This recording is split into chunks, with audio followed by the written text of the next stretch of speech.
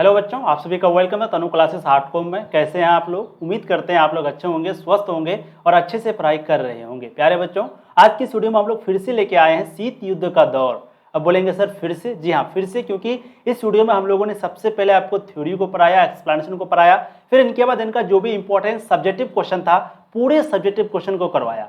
आज जो है इस चैप्टर से जितने भी आपके इंपॉर्टेंट ऑब्जेक्टिव क्वेश्चन बनते हैं, सभी इंपॉर्टेंट ऑब्जेक्टिव क्वेश्चन को इस वीडियो में हम लोग करने वाले हैं। आपके एग्जाम में इस क्वेश्चन यानी कि जितने भी क्वेश्चन कराएंगे, इससे बाहर एक भी प्रश्न नहीं पूछा जाएगा। यहाँ पर सिर्फ उन्हीं प्रश्नों को लाया गया है जो तो या तो पूछा गया है या पूछने का बहुत ही ज्यादा चांस है। तो इसलिए आप लोगों से हम्बल रिक्वेस्ट है, प्लीज सभी प्रश्न का आंसर दीजिए। जो भी प्रश्न नहीं बनेगा उसको नोट कीजिए, कॉपी कलम अलग अलग बनाइए, कॉपी कलम निकालिए, नोट करिए, तभी जो है आपको मन भी लगेगा पढ़ने में और मजा भी आएगा। ठीक है, तो थ्योरी वगैरह जो भी नहीं देखें, सब्जेक्टिव वाला वीडियो जो भी नहीं देखें, इसी वीडियो के नीचे डिस्क्रिप्शन में मिल जाएगा, चैनल का प्लेलिस्ट पे मिल जाएगा, जाकर के आप लोग देख लीजिएगा। ठीक है, तो शुरू करते हैं। आज का हेडिंग क्या है? शीत युद्ध का दौर का ऑब्जेक्टिव क्वेश्चन। शुरू करते हैं। पहला प्रश्न है आपके समक्ष में, शीत युद्ध की शुरुआत कब से कब तक माना जाता है? आपको पूछा जाता है कि शीत युद्ध की शुरुआत कब से माना जाता है। अब देखिए, अभी जो ऑप्शन दिया हुआ है वो आपका डेट में दिया हुआ, कभी कभी आपको ऑप्शन दे देगा द्वितीय विश्व युद्ध के बाद से। ठीक है, तो अगर यहाँ पर दिया हुआ रहे कि शीत युद्ध की शुरुआत कब से माना जाता है, तब आपको राइट आंसर लगाना है 1945 के बाद से। कब से? 1945 के बाद से, यानी कि राइट आंसर आपका ऑप्शन ए हो जाएगा। लेकिन अगर ये 1945 नहीं रहेगा, यहाँ पर अगर दिया हुआ रहेगा द्वितीय विश्व युद्ध के बाद, अगर दिया हुआ रहेगा द्वितीय विश्व युद्ध के बाद, तब आपको राइट आंसर लगाना है द्वितीय, जो है गलत लिख दिए। ठीक है, द्वितीय विश्व युद्ध के बाद, तब राइट आंसर आपको लगाना है द्वितीय विश्व युद्ध के बाद, क्योंकि आप सबको पता है कि द्वितीय विश्व युद्ध जो है वो 1939 से लेकर के 1945 के बीच चली थी। और जैसे ही द्वितीय विश्व युद्ध खत्म हुआ था, समाप्त हुआ था, उनके बाद ये शीत युद्ध की शुरुआत हो गई थी, है ना। तो शीत युद्ध की शुरुआत 1945 के बाद से माना जाता है, मतलब द्वितीय विश्व युद्ध के बाद से माना जाता है। और ये कब तक चला था? तो 1991 तक। ठीक है, 1991 में जो है शीत युद्ध समाप्त हो गया था। और शीत युद्ध समाप्त होने का सबसे जो बड़ा कारण था वो था सोवियत संघ का विघटन, यानी कि यूएसएसआर का विघटन। यानी कि यूएसएसआर जब खत्म हो गया, सोवियत संघ जब खत्म हो गया, जब वो पूरी तरीके से 15 देशों में बंट गया। सोवियत संघ कितने देशों में बटा था? 15 देशों में। तो जब 15 देशों में वो बट गया, उसके बाद वो पूरी तरीके से कमजोर हो गया और ये युद्ध जो है वो समाप्त हो गया और बिना लड़े ही अमेरिका जीत गया। अमेरिका सर्वशक्तिशाली बन गया, महाशक्तिशाली बन गया। ठीक है, तो शीत युद्ध की शुरुआत 1945 के बाद से माना जाता है। अच्छा, अगला प्रश्न आपका पूछा जाता है अक्सर बार कि कौन से दो गुटों के बीच शीत युद्ध चला था? बहुत इंपॉर्टेंट प्रश्न है, पूछा गया प्रश्न है। बताइएगा ये जो शीत युद्ध है वो किसके किसके बीच चला था? तो हम सब जानते हैं कि शीत युद्ध जो है एक तरफ आपका था अमेरिका और एक तरफ आपका था सोवियत संघ, यानी कि यूएसएसआर, है ना। तो दो गुटों के बीच एक चला था अमेरिका और एक था सोवियत संघ, इन दोनों के बीच जो है आपका चला था शीत युद्ध। राइट आंसर आपका ऑप्शन सी हो जाएगा। ठीक है, अच्छा एक चीज याद रखिएगा, पहली दुनिया जो कहा जाता है वो अमेरिका को कहा जाता है, जो दूसरी दुनिया है वो कहा जाता है सोवियत संघ को, और जो तीसरी दुनिया है वो कहा जाता है गुटनिरपेक्ष को। याद रखिएगा, आगे ये प्रश्न आएगा, इसलिए मैं आप लोगों को पहले क्लियर कर दिया। आंसर मेरे साथ साथ दीजिए। वीडियो को जो लाइक नहीं किए प्लीज वीडियो को लाइक करिए, चैनल को सब्सक्राइब करिए अगर पहली बार आए हैं तो, क्योंकि यहाँ पर आर्ट्स का एक मात्र ऐसा चैनल है जो आपको पूरे तरीके से तैयारी करती है और क्लास जो है आपका कंटिन्यू चलेगा, इसलिए टेंशन बिल्कुल मत लीजिए। ठीक है, चलिए, निम्नलिखित में से कौन शीत युद्ध के प्रमुख कारण रहे हैं? आपको बताना है कि शीत युद्ध का कारण क्या क्या था। तो आप सबको कई बार हमने बताया है कि सबसे पहला जो कारण था वो ये था कि अमेरिका जो है वो पूंजीवादी को चाहता था। और वही देखिए, मैं डिटेल में थोड़ा इसीलिए बता रहा हूं क्योंकि जब आप डिटेल में चीजों को पढ़ेंगे तो इससे आपका सब्जेक्टिव क्वेश्चन क्लियर होने का बहुत ज्यादा चांस हो जाता है। और कोई चीज को हम लोग बार बार बोलते हैं ना, तो वो याद भी जल्दी होता है कि नहीं? और एक तो याद भी जल्दी होगा, साथ ही साथ सब्जेक्टिव क्वेश्चन सॉल्व होने का ज्यादा चांस हो जाएगा। तो इस तरीके से हम लोग डिटेल में बात करेंगे, और आपको जब पढ़ रहे हैं तनु क्लासेस आर्टकॉम से तो डिटेल में तो बनता ही है वीडियो, है कि नहीं? और क्योंकि आप लोग मतलब अभी नया नया पहली बार पढ़ रहे हैं, मतलब ये क्वेश्चन आप पहली बार देख रहे हैं, चैप्टर आप पहली बार पढ़ रहे हैं, तो डिटेल में बताएंगे तो आपको याद जो है वो जल्दी होगा, साथ ही साथ चीज़ें जो है वो आपको समझ में भी आएगा, है कि नहीं? तो इसलिए हम आपको थोड़ा डिटेल में बताएंगे, आपको याद भी जल्दी होगा, साथ ही साथ आपको समझ में भी ज़्यादा आएगा, है ना। तो शीत युद्ध के प्रमुख कारण क्या था? विचारों का, यानी कि अमेरिका और सोवियत संघ के बीच जो है ना सैद्धांतिक मतभेद था। कहने का मतलब है कि जो अमेरिका है वो पूंजीवादी को चाहता था और जो सोवियत संघ है वो साम्यवादी को चाहता था। अब एक दूसरा चाहे, साम्यवादी मतलब क्या होता है कि जितना भी चीज है वो गवर्नमेंट के अंदर में रहेगा, है ना। जितना भी आपका प्रॉपर्टी है, आपका दौलत है, वो सब कुछ सरकार के अंदर में। और जो पूंजीवादी है, तो पूंजीवादी का मतलब जो आपका दौलत है वो आपके अंदर में, है ना। तो अमेरिका चाहता था कि वो आपके अंदर, अमेरिका चाहता था कि पूरी दुनिया में पूंजीवादी फैले और इधर सोवियत संघ चाहता था कि पूरी दुनिया में साम्यवादी फैले। तो ये सबसे बड़ा मतभेद था दोनों के बीच में। दूसरा था विजित प्रदेशों पर अधिपत्य संबंधी विवाद, यानी कि वो लोग जो ना, जो भी विजित प्रदेशी था, यानी कि जहाँ जहाँ पर भी वो लोग जीते हुए थे, तो वहाँ पर अधिपत्य संबंधित विवाद था। कहने का मतलब है कि ये चाहता था कि वो उसका ना हो, वो मेरे अंडर में हो, वो चाहता था वो मेरे अंडर में हो। कहने का मतलब एक जैसे देश है उसको कोई कब्जा किया, रूस कब्जा किया, यानी कि यूएसएसआर कब्जा किया, तो अमेरिका इधर से चाहता है कि नहीं हम भी वही देश को कब्जा करेंगे, इस तरह का। दूसरा युद्धकालीन निर्णयों का अतिक्रमण, है ना, युद्धकालीन निर्णयों का अतिक्रमण। और क्योंकि दोनों ज़्यादा शक्तिशाली था, आप ये जानते हैं एक जंगल में एक ही शेर होता है, दो शेर अगर हो जाए तो दोनों के बीच हमेशा लड़ाई होते रहता है, तो वही चीज़ था यहाँ पर। तो ये सभी कारण राइट आंसर हो जाएगा ऑप्शन डी। ठीक है, तो निम्नलिखित में से कौन सी युद्ध के प्रमुख कारण रहे हैं, ये सभी ऑप्शन डी आपका सही हो जाएगा। अगला प्रश्न है, सोवियत संघ में साम्यवादी शासन की स्थापना कब हुई थी? बहुत इंपॉर्टेंट प्रश्न है। इस प्रकार के प्रश्न जो है आपके एग्जाम में पूछे जाते हैं कि सोवियत संघ में साम्यवादी शासन की स्थापना कब हुई थी? 1917 में, 1922 में, 1925 में या फिर 1991 में? बिल्कुल राइट आंसर इसका हो जाएगा 1917 में। आप सबको पता होगा 1917 में जारशाही शासन जो है खत्म हुआ था। ठीक है, सोवियत संघ में साम्यवादी शासन की स्थापना कब हुई? 1917 में। 1917 में जारशाही शासन की स्थापना, मतलब कि जारशाही जो शासन है वो खत्म हो गया था। जारशाही शासन का मतलब आप कह सकते हैं कि ऐसा शासन जो कि राजशाही था, मतलब कि तानाशाही था, है ना, राजा का बेटा राजा बनेगा, इस प्रकार का कानून था, तो वो खत्म हो गया और 1917 में सोवियत संघ में साम्यवादी शासन की स्थापना हो गया था। अब अगला है, लाल सेना का गठन कब हुआ था? इस प्रकार के प्रश्न आपके एग्जाम में बहुत बार पूछे। तो लाल सेना का गठन किसने किया था? इस प्रकार के प्रश्न आपको पूछे जाते हैं और आप सबको पता होगा कि लाल सेना का गठन, आप लोगों ने 10th क्लास में भी पढ़ा होगा कि ये जो है सोवियत संघ की सेना को कहा जाता था लाल संघ की सेना, है, मतलब कि लाल सेना। ठीक है, तो लाल सेना निम्नलिखित में से किस देश की सेना को कहा जाता था? सोवियत संघ की सेना को कहा जाता था। ऑप्शन बी आपके सही हो जाएंगे। अब अगला प्रश्न है क्वेश्चन नंबर 6, हिरोशिमा और नागासाकी पर अणुबम का प्रयोग कब किया गया था? देखिए एक्चुअली हुआ क्या था, जब द्वितीय विश्व युद्ध शुरू हुआ था, द्वितीय विश्व युद्ध 1939 में शुरू हुआ था, और उस वक्त में जो है ना अमेरिका बिल्कुल भी नहीं चाहता था द्वितीय विश्व युद्ध में भाग लेना, वो बिल्कुल भी नहीं चाहता था। इधर जर्मनी था, मित्र राष्ट्र था, और ध्रुवी राष्ट्र था, इन दोनों के बीच लड़ाई हो रहा था। यानी कि एक तरफ इंग्लैंड, फ्रांस और भी कुछ देश था, उधर जापान था, जर्मनी था, है ना, और इंग्लैंड फ्रांस के साथ रूस भी था इधर। तो मित्र राष्ट्र और ध्रुवी राष्ट्र, इन दोनों के बीच जो है लड़ाई हो रही थी, लेकिन अमेरिका जो है इन दोनों के बीच नहीं था। लेकिन जापान का पता नहीं क्या हो गया, वो बिना मतलब का अमेरिका पर जाके आक्रमण कर दिया, है ना। जब अमेरिका पर आक्रमण कर दिया तो उधर रिस्पॉन्स में जो अमेरिका है वो जापान का दो जगह, एक हिरोशिमा जगह पर और एक नागासाकी जगह पर, इन दोनों पर अणुबम का प्रयोग किया गया, यानी कि परमाणु बम का, परमाणु बम जो है का प्रयोग किया गया हिरोशिमा और नागासाकी पर। किसके द्वारा? अमेरिका के द्वारा। और ये परमाणु बम इतना खतरनाक था, जिसके कारण जापान तो एक तरीके से हार ही गया युद्ध। जब जापान हार गया, कब किया गया था ये चीज़? 1945 में। ठीक है, 1945 में अमेरिका जो है वो नागासाकी और हिरोशिमा पर आक्रमण किया था।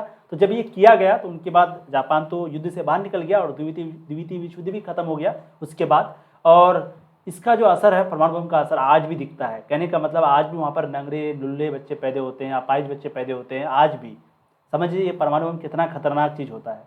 तो अमेरिका को इस तरह का नहीं करना चाहिए था, आक्रमण किया आप भी करें, लेकिन डायरेक्ट हिरोशिमा पर और नागासाकी पर परमाणु बम का प्रयोग कर दिया गया। तो इसका बहुत निंदा भी हुई थी उस वक्त में, है ना। ऐसा क्यों किया गया? क्योंकि आज भी अपाहिज बच्चे पैदा होते हैं, आप सोच सकते हैं कितना खतरनाक होता होगा ये, है ना। तो ये कब किया गया था प्रयोग? 1945 में। 6 का राइट आंसर सी हो जाएगा। अब अगला प्रश्न है आपका, मार्शल योजना जो है वो कब शुरू की गई थी? मार्शल योजना क्या होता है? तो ये एक ऐसी योजना थी जो कि अमेरिका के द्वारा लाया गया था। और इस योजना के तहत क्या था कि जब द्वितीय विश्व युद्ध खत्म हुआ 1945 में, है ना, 1945 में जब द्वितीय विश्व युद्ध खत्म हुआ तो इसके बाद जो यूरोपीय देश था उनका स्थिति बहुत बद से बदतर हो गया था। यानी कि कहने का मतलब कि यूरोपीय देश जब युद्ध लड़ रहा था द्वितीय विश्व युद्ध के बाद, तो द्वितीय विश्व युद्ध खत्म तो हुआ, लेकिन जो यूरोपीय देशों की स्थिति है वो बहुत खराब हो गई थी, बहुत ज़्यादा। हालत खाने के लोग मोहताज थे, आर्थिक स्थिति बहुत खराब हो गई थी, सामाजिक स्थिति बहुत खराब हो गई थी। तो अमेरिका ने क्या कहा कि चलो तुम लोगों का खराब हो गया है तो हम एक ऐसा योजना शुरू करते हैं जिससे कि यूरोपीय देशों के भला हो, यानी कि यूरोपीय देशों की कुछ मदद मिले। तो उन्होंने जो है एक योजना का शुरुआत करा जिनका नाम रखा गया मार्शल योजना। ठीक है, तो मार्शल योजना की जो शुरुआत है वो कब करी गई थी? तो इसका जो राइट आंसर है वो 1948 में हो जाएगा, ऑप्शन डी, यानी कि 3 साल के बाद। 1945 में द्वितीय विश्व युद्ध खत्म हुआ और अमेरिका को 3 साल बाद लगा कि मार्शल योजना की शुरुआत किया जाना चाहिए और यूरोपीय देशों की देखभाल करनी चाहिए, यानी कि मदद करनी चाहिए, आर्थिक सहायता करनी चाहिए। तो राइट आंसर आपका डी हो जाएगा। कब किया गया था? 1948 में।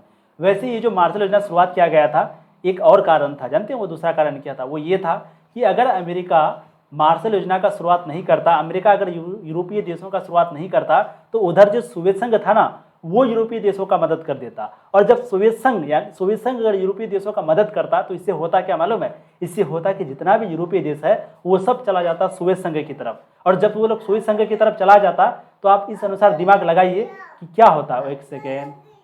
और अगर जितना भी देश है, ठीक है, तो वो अगर चला जाता, समझिए कि वो अगर उधर चला जाता, मतलब कि यूरोपीय देशों को अगर मदद कर लेता ये सोवियत संघ, तो उसके बाद मालूम है क्या होता कि अमेरिका जो है आज वो जीत नहीं पाता, है ना, क्योंकि यूरोपीय देश अगर उसका मदद कर लेता सोवियत संघ का, तो इसीलिए और भी मार्शल योजना का शुरुआत किया गया अमेरिका के द्वारा। ठीक है, तो ये कारण आपको पता होनी चाहिए। अगला प्रश्न आपका है, सोवियत संघ द्वारा बर्लिन की नाकेबंदी कब की गई थी? बहुत इंपॉर्टेंट प्रश्न है। इस प्रकार के प्रश्न पूछे जाते हैं कि सोवियत संघ के द्वारा बर्लिन की नाकेबंदी कब की गई थी। ठीक है, तो आपको राइट आंसर फटाफट लगाना है। 1948 होगा, 50 होगा, 52 होगा, 56 होगा। बिल्कुल 8 का जो राइट आंसर है वो आपका 1948 होगा। सोवियत संघ के द्वारा जो बर्लिन की नाकेबंदी है वो 1948 में करी गई थी। राइट आंसर आपके ऑप्शन ए हो जाएंगे। अगला प्रश्न है क्वेश्चन नंबर 9, नाटो की स्थापना कब हुई थी? अब नाटो, सीटो, सेंटो और उनके बाद एक था वर्सा संधि, इन चारों के बारे में आपको पढ़ा चुके हैं। वर्सा संधि जो है वो सोवियत संघ के द्वारा लागू हुआ था।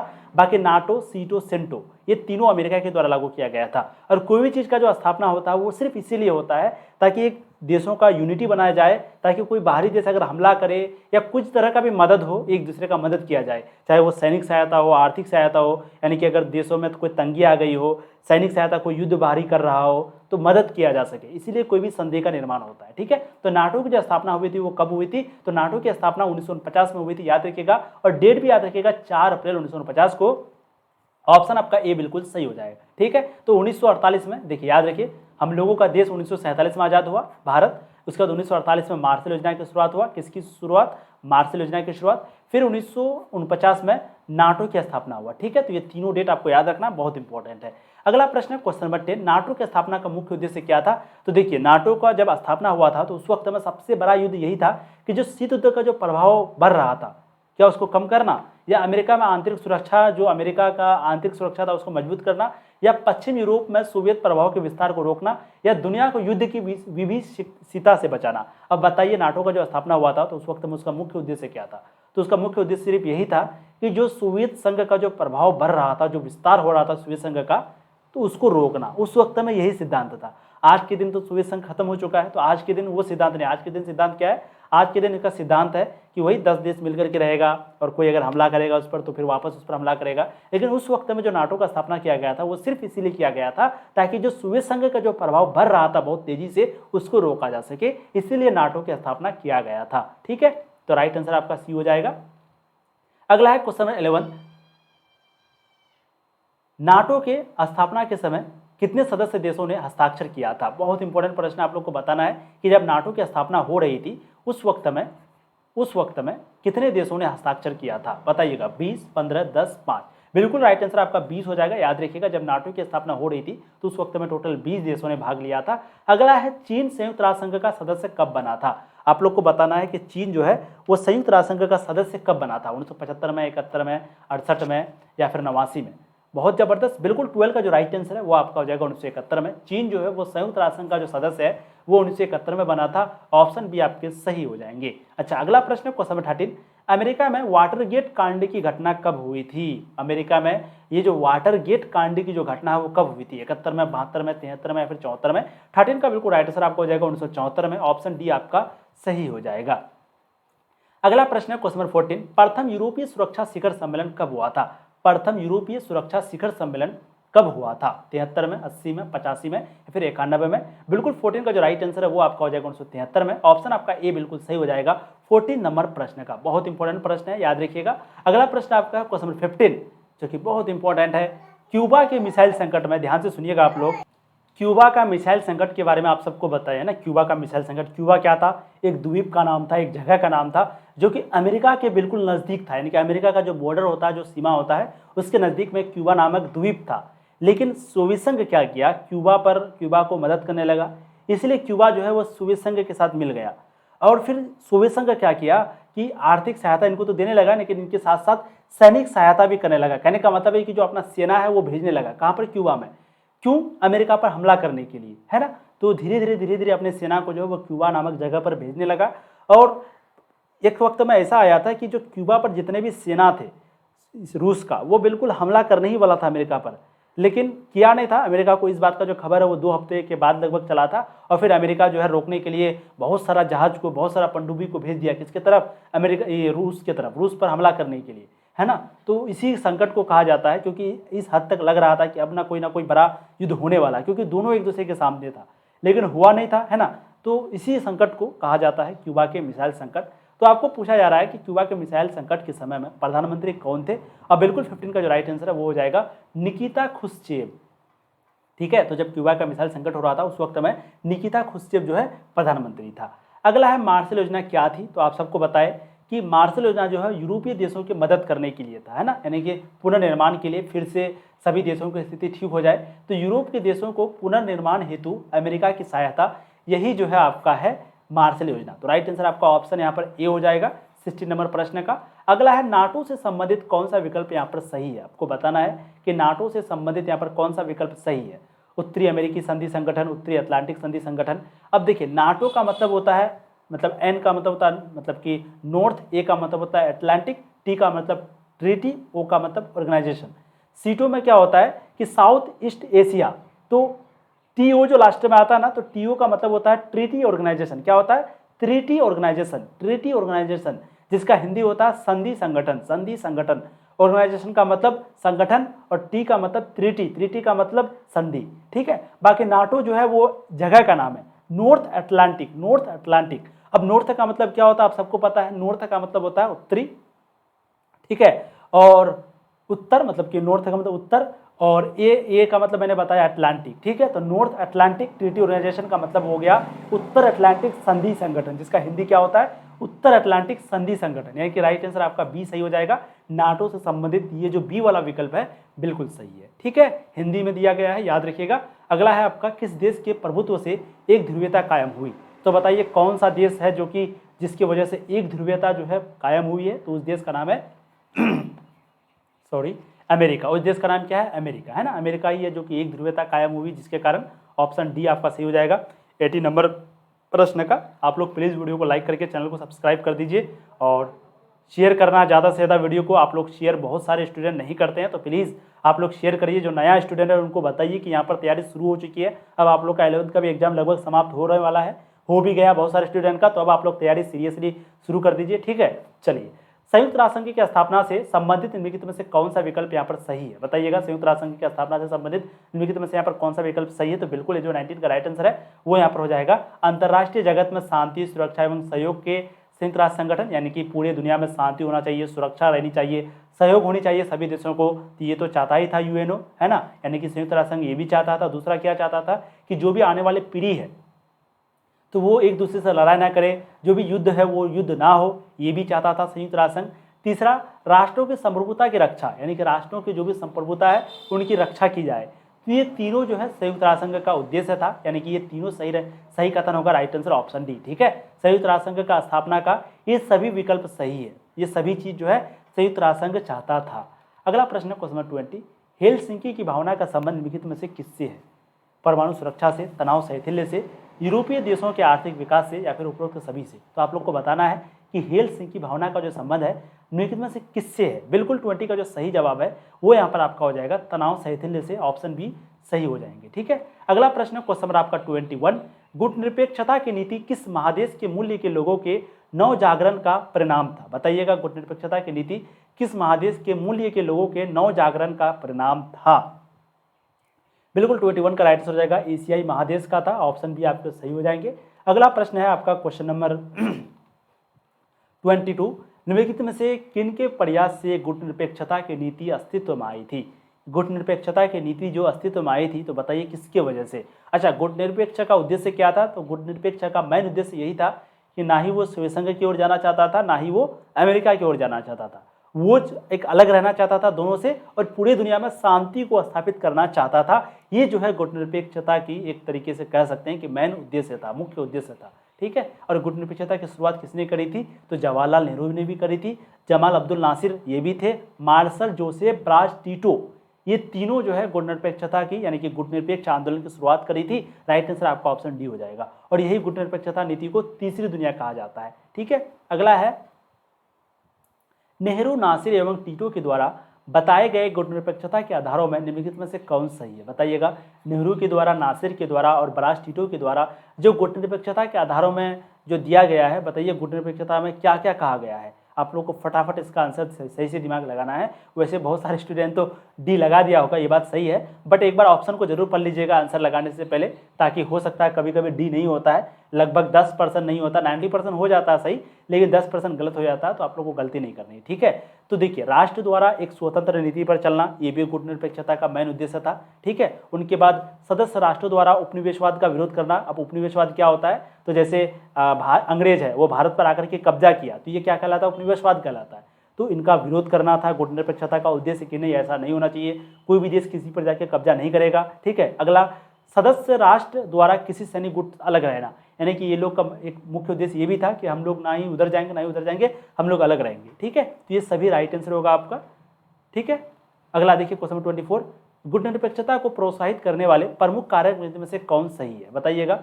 गुटनिरपेक्षता को जो प्रोत्साहित करने वाले प्रमुख कारण है निम्नलिखित में से कौन सा सही है? बिल्कुल 24 का जो राइट आंसर है वो आपका शीत युद्ध, ये भी सही है।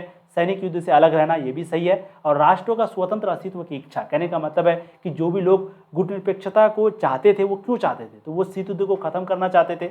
दूसरा, सैनिक युद्ध से वो अलग रहना चाहते थे। तीसरा, राष्ट्रों का जो भी स्वतंत्र है, यानी कि जो भी देश अलग रहना चाहता हो, अपना अलग जाना चाहता हो, वो अलग रहे, अलग बनाए, तो ये सभी चीज़ चाहते थे कौन? गुटनिरपेक्ष के देश। तो इसलिए उन्होंने और भी ज़्यादा उन लोगों को मतलब कि हिम्मत मिला, या फिर कहें कि मोटिवेट मिला कि नहीं गुटनिरपेक्षता होनी चाहिए, है ना। उपरोक्त सभी आपका सही आंसर होगा। अगला प्रश्न है, अमेरिका ने 1970 तक किस साम्यवादी देश को संयुक्त राष्ट्र का सदस्य नहीं बनने दिया? बताइएगा। 1970 तक किस साम्यवादी थे? अच्छा, साम्यवादी देश कौन है? तो एक तो रूस है ही, एक चीन भी है। चीन को भी क्या कहा जाता है?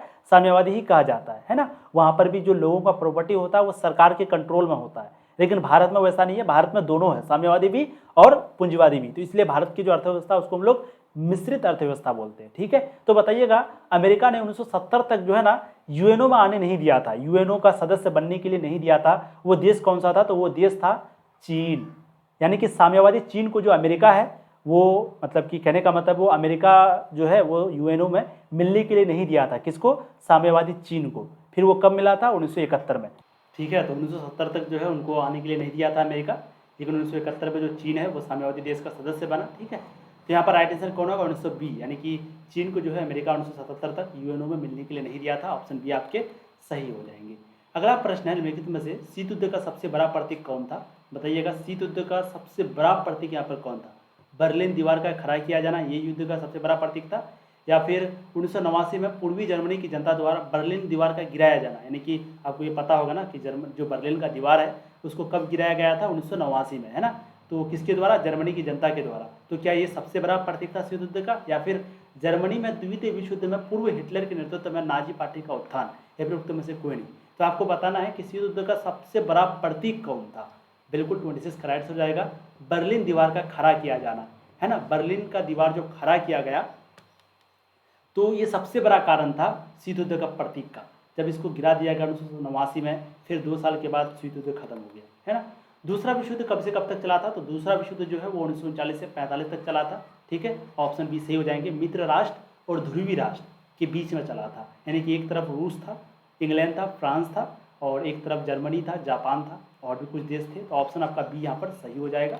अगला है, क्यूबा मिसाइल संकट के समय अमेरिका के राष्ट्रपति कौन थे? तो जब भी क्यूबा मिसाइल संकट हो रहा था तो उस वक्त में, लगभग 1961-62 में, ठीक है, तो उस वक्त में जो है क्यूबा मिसाइल संकट के समय में उस वक्त में कौन था यहाँ पर? तो उस वक्त में जॉन एफ कैनेडी, याद रखिएगा, जॉन एफ कैनेडी जो है वो अमेरिका के राष्ट्रपति थे। ऑप्शन ए आपके सही हो जाएंगे। अगला प्रश्न है, जर्मनी का एकीकरण कब हुआ था? 10th में आप लोग पढ़े होंगे, इटली का एकीकरण, जर्मनी का एकीकरण, जो कि इतिहास का पहला चैप्टर, यूरोप का राष्ट्रवाद का पहला चैप्टर है, यूरोप में राष्ट्रवाद, है ना। तो जर्मनी का एकीकरण कब हुआ था? जर्मनी का एकीकरण जो है वो 1990 में हुआ था, याद रखिएगा, जर्मनी का एकीकरण 1990 में हुआ था। ऑप्शन सी आपके सही हो जाएंगे। अगला है, शीत युद्ध के दौरान जर्मनी का एकीकरण किस वर्ष में हुआ था? अब देखिए, अभी पूछा गया जर्मनी का एकीकरण कब हुआ था, अब पूछा जा रहा है शीत युद्ध जब हो रहा था उस वक्त के दौरान। तो भाई शीत युद्ध जब खत्म कब हुआ? 1991 में हुआ ना, और जर्मनी का एकीकरण 90 में हुआ है। तो इसका यकीनन बात है कि शीत युद्ध के दौरान ही जो है जर्मनी का एकीकरण हुआ था, है कि नहीं। तो अब आपको बताना है किस वर्ष हुआ था, आपको डेट बताना, मंथ बताना, सितंबर में या फिर अक्टूबर में। तो आप लोग को डेट याद रखिएगा, अक्टूबर 1990 में जर्मनी का एकीकरण हुआ था। ठीक है, अक्टूबर 1990 में, यानी कि ऑप्शन सी आपका सही आंसर होगा। चलिए अब अगला प्रश्न देखते हैं, क्वेश्चन नंबर 31। शीत युद्ध के दौरान, थोड़ा सा आवाज़ कम आ रही होगी, माइक खोल दिए हैं यार। शीत युद्ध के दौरान शक्ति के कितने केंद्र थे? तो शीत युद्ध के दौरान शक्ति के कितने केंद्र थे? जब शीत युद्ध चल रहा था तो उस वक्त में शक्ति के टोटल 2 केंद्र थे, है ना, एक अमेरिका और एक सोवियत संघ। लेकिन जब शीत युद्ध खत्म हो गया तो सिर्फ एक ही रह गया, जो कि है अमेरिका। तो शीत युद्ध के दौरान शक्ति के कितने केंद्र थे? टोटल 2। ऑप्शन बी आपका सही हो जाएगा 31 नंबर प्रश्न का।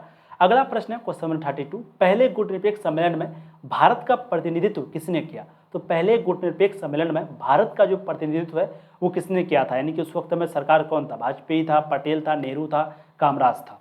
तो आप सबको पता होगा उस वक्त में जो है पटेल जी, नेहरू जी थे, है ना, याद है कि नहीं? नेहरू जी थे ना उस वक्त में, जब गुटनिरपेक्ष सम्मेलन पहला, यानी कि पहले गुटनिरपेक्ष की बात हो रही है, पहले गुटनिरपेक्ष सम्मेलन की बात हो रही है। तो पहले गुटनिरपेक्ष सम्मेलन में भारत का जो प्रतिनिधित्व था वो कौन था? तो वो था आपका Nehru ji. Option B C आपके यहाँ पर सही हो जाएंगे। ठीक है, अगला प्रश्न है क्वेश्चन 33। 1917 में रूस में साम्यवादी राज्य की स्थापना किसने की? तो 1917 में रूस में साम्यवादी राज्य की जो स्थापना है वो किसने करी थी? लेनिन ने, मार्क्स ने, एंजिल्स ने या फिर स्टालिन ने? 33 का बिल्कुल राइट आंसर हो जाएगा लेनिन ने। याद रखिएगा, जारशाही शासन का जो अंत है वो किसने किया था? तो वो लेनिन ने किया था, है ना।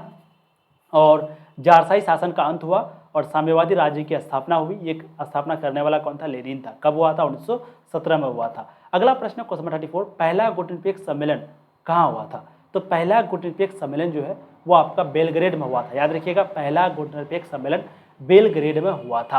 अगला प्रश्न क्वेश्चन नंबर 35। दूसरे दुनिया के देशों में किस प्रकार के देश आते हैं? तो देखिए, पहली दुनिया में पूंजीवादी देश को रखा गया फर्स्ट, ठीक है, साम्यवादी देश को सेकेंड और गुटनिरपेक्ष देश को थर्ड। ठीक है, तो पहली दुनिया में आ जाता पूंजीवादी। यहाँ पर पूछा गया दूसरी दुनिया के देशों में किस प्रकार के देश आते हैं? तो दूसरी दुनिया के देशों में साम्यवादी देश आते हैं। ऑप्शन बी आपके सही हो जाएंगे। अगला प्रश्न क्वेश्चन 36। गुटनिरपेक्ष देशों का शिखर सम्मेलन नई दिल्ली में कब आयोजित किया गया था? तो गुटनिरपेक्ष देशों का जो शिखर सम्मेलन है वो नई दिल्ली में कब आयोजित किया गया था? बिल्कुल इसका जो राइट आंसर है वो हो जाएगा 1983 में। ऑप्शन बी आपके सही हो जाएंगे। अगला प्रश्न क्वेश्चन नंबर आपको हो जाएंगे 37। निम्नलिखित में से कौन सोवियत संघ के विखंडन का परिणाम नहीं है? यानी कि सोवियत संघ जो है वो खत्म हो गया, तो निम्न में से कौन सा यहाँ पर परिणाम उसका नहीं है? याद रखिएगा, बहुत इंपॉर्टेंट है ये आपका। ठीक है, तो यूएसएसआर जो खत्म हुआ था तो उसका निम्न में से कौन सा परिणाम नहीं है? तो क्या शीत युद्ध की समाप्ति ये परिणाम नहीं है? बिल्कुल है भाई, 37 का, है ना। और CIS का जन्म ये भी है। अमेरिका एवं सोवियत संघ के बीच जो वैचारिक युद्ध की समाप्ति थी वो भी है। यानी कि शीत युद्ध, सोवियत संघ का जो विघटन हुआ था ना, विखंडन जो हुआ था, इसके एक कारण नहीं है, वो है मध्य पूर्वी में संकट। यानी कि मध्य पूर्व में जो संकट हुआ था ये कारण नहीं है, बाकी ये तीनों कारण है सोवियत संघ के समाप्त होने का। तो कहने का मतलब है यहाँ पर पूछा गया परिणाम नहीं है, कौन सा परिणाम नहीं हुआ था? तो ये परिणाम जो है वो सोवियत संघ के विघटन से नहीं हुआ था, बाकी सोवियत संघ का जो विखंडन हुआ था तो उसके वजह से, विखंडन की वजह से टोटल 3 परिणाम हुआ, जो कि यहाँ पर देखिए। सबसे पहले जो भी वैचारिक युद्ध की समाप्ति थी कि ये पूंजीवादी को, साम्यवादी को चाहता था, वो खत्म हो गया, शीत युद्ध खत्म हो गया और CIS का जन्म हो गया। ठीक है, अगला प्रश्न है क्वेश्चन नंबर 38, जो कि लास्ट प्रश्न आपका। निम्नलिखित में से कौन एक गुटनिरपेक्ष आंदोलन के जनक नहीं थे? बताइए। सुकर्नो वो तो था, मार्शल टिटो भी था, पंडित नेहरू भी था। तो यहाँ पर राइट आंसर 38 का क्या हो जाएगा? बी हो जाएगा, यानी कि अराफात नहीं था, है ना। तो अराफात जो है, जब गुटनिरपेक्ष आंदोलन की शुरुआत हो रही थी तो उस वक्त में जो अराफात है वो उस वक्त में नहीं था शामिल आंदोलन स्थापना करते समय। उस वक्त में मार्शल टिटो था, नेहरू था और आपका एक ये क्या नाम है उसका, सुकर्नो था। ठीक है, चलिए अब हम लोग जो है टोटल 38 प्रश्नों को किए हैं। आप लोग को बताना है कि आप लोगों ने 38 में कितना सही आंसर दिया है। एक चीज़ आप लोग को बता देते हैं, जो भी स्टूडेंट अभी तक कोर्स नहीं लिए हैं, एंड कोर्स में क्या होता है कि आपको डिटेल वाइज चैप्टर पढ़ाई होती है। सभी explanation, subjective question, objective question जो अभी यहाँ करवा रहे हैं वो भी आपकी वहाँ पर होगी। और अब यहाँ पर जो आपकी होगी इंपॉर्टेंट क्वेश्चन कराई जाएगी यूट्यूब में भी क्लास होगी, इंपॉर्टेंट क्वेश्चन वगैरह यूट्यूब में करवाई जाएगी, जो कि सबको करना है, जो कोर्स लिया उनको भी, जो नहीं लिया उनको भी। लेकिन जो कोर्स होता है वहाँ पर आपको अलग अलग टीचर पढ़ाएंगे, detail wise chapter wise notes पढ़ाएंगे, सब्जेक्टिव क्वेश्चन पढ़ाएंगे, कोई डाउट होगा उसका सॉल्यूशन आपका होगा, होमवर्क दिया जाएगा, साथ ही साथ टेस्ट लिया जाएगा। ये सारा सुविधा फैसिलिटी जो है आपको कोर्स में मिलेगा। तो जितना जल्दी हो सके कोर्स को ज्वाइन करिए। ठीक है, बिहार बोर्ड से हैं तो आप संकल्प बैच को ज्वाइन कीजिएगा, और बिहार बोर्ड को छोड़ के अदर बोर्ड से हैं, चाहे वो किसी भी बोर्ड से हो, यूपी, जैक, राजस्थान, किसी भी बोर्ड से हो, उनको सफलता बैच ज्वाइन करना। बाकी बिहार बोर्ड को संकल्प बैच, ये कहाँ पर मिलेगा? तो आपको तनु क्लासेस ऐप को इंस्टॉल करना है। ठीक है, और तनु क्लासेस ऐप को प्ले स्टोर से इंस्टॉल करने के बाद आपको समझ मतलब संकल्प बैच ज्वाइन कर लेंगे, समझ में आ जाएगा। ज़्यादा जानकारी के लिए डिस्क्रिप्शन में मोबाइल नंबर दिया हुआ है, वहाँ से आप लोग कांटेक्ट कर लीजिए, ठीक है। थैंक यू सो मच, आप लोगों ने अपना कीमती वक्त दिया। ऐसी ही पढ़ाई करते रहिए, ऑल द वेरी बेस्ट। और तैयारी ज़बरदस्त होगी, बिल्कुल टेंशन मत लीजिए, बहुत मज़ा आएगा, बहुत मज़ा आ भी रहा होगा आप लोग को। अब कॉपी कलम जो भी नहीं लिए अभी भी ले लीजिए, और प्लीज़ नोट करिए, जो भी क्वेश्चन नहीं बने उसको नोट करिए, डाउट वगैरह जो भी हो उनको पूछिए, कमेंट में पूछिए। लेकिन कोर्स अगर ज्वाइन करते हैं तो वहाँ पर 100% डाउट आपकी तुरंत क्लियर हो जाएगी, है ना। तो फिर मिलते हैं नेक्स्ट क्लास में, थैंक यू सो मच। चलिए वीडियो को लाइक करते हुए जाना, शेयर कर देना अपने दोस्तों को, नए दोस्तों को, स्टेटस वगैरह लगा देना, ठीक है।